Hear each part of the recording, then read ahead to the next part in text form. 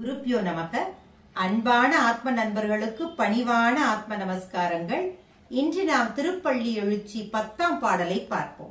புவனியில் போய் பிறவாமையில் நாம் போக்குகின்றோம் அவமே, இந்த பூமி சிவன் உய்ய கொள்கின்றவாரென்று நோக்கி திருப்பெருந்துரை உரைவாய் திருமாலாம் அவன் விருப்பெய்தவும் மலரவன் ஆசைப்படவும் நின்னலர்ந்த மெய்கருணையும் நீயும் அவனீர் புகுந்தெம்மை ஆட்கொள்ள வல்லாய் ஆரமுதே பள்ளி எழுந்தருளாய் என்று வேண்டுகிறார்.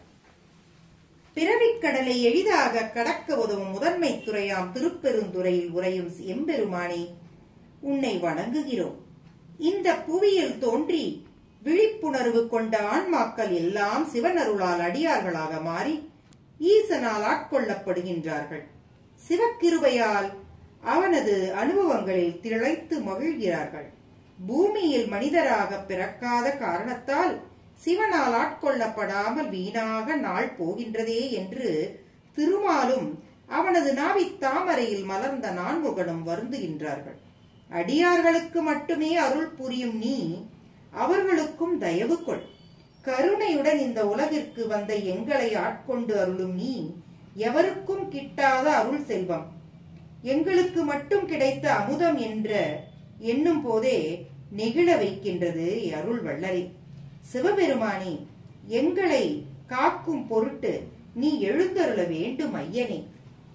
எல்லாம் அறிந்த ஈசனே, எனக்கு என்ன வேண்டும் என்பதை கூட நீ மட்டுமே அறிவாய், அதனால் அதையும் நீயே அளிப்பாய் என்று அடியார்களுக்கு இது நம்பிக்கையாக கொண்டு அவர்கள் இருக்க வேண்டும் என்று கூறுகின்றார்.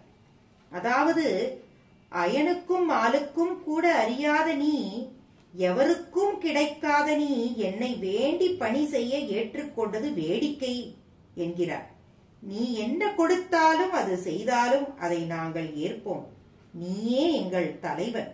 உன் அருளை கனவிலும் மறவோம்.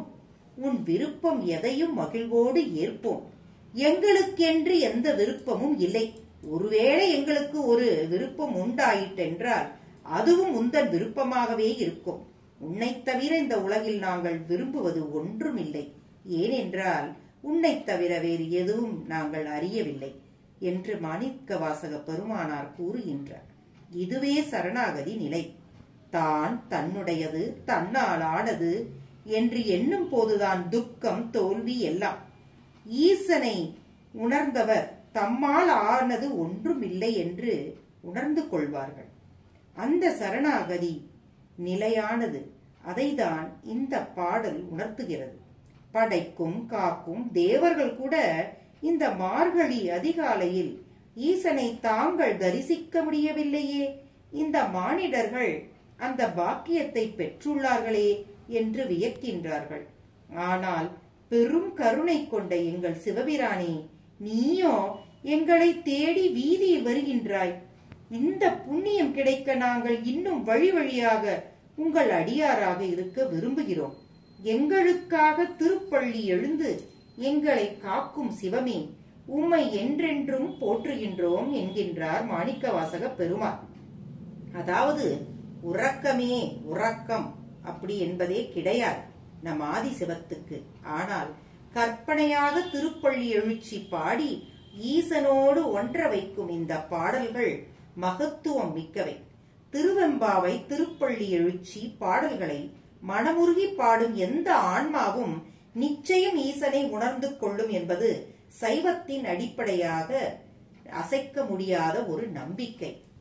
ஆகையால் வாருங்கள், நாமும் இந்த மார்கழி நன்னாளில் திருவெம்பாவை திருப்பள்ளி எழுச்சி இவை படித்து அவன் அருளை பெற்று உய்வோமாக. ஓம் நமச்சிவாய. கிருஷ்ணார்ப்பணம்.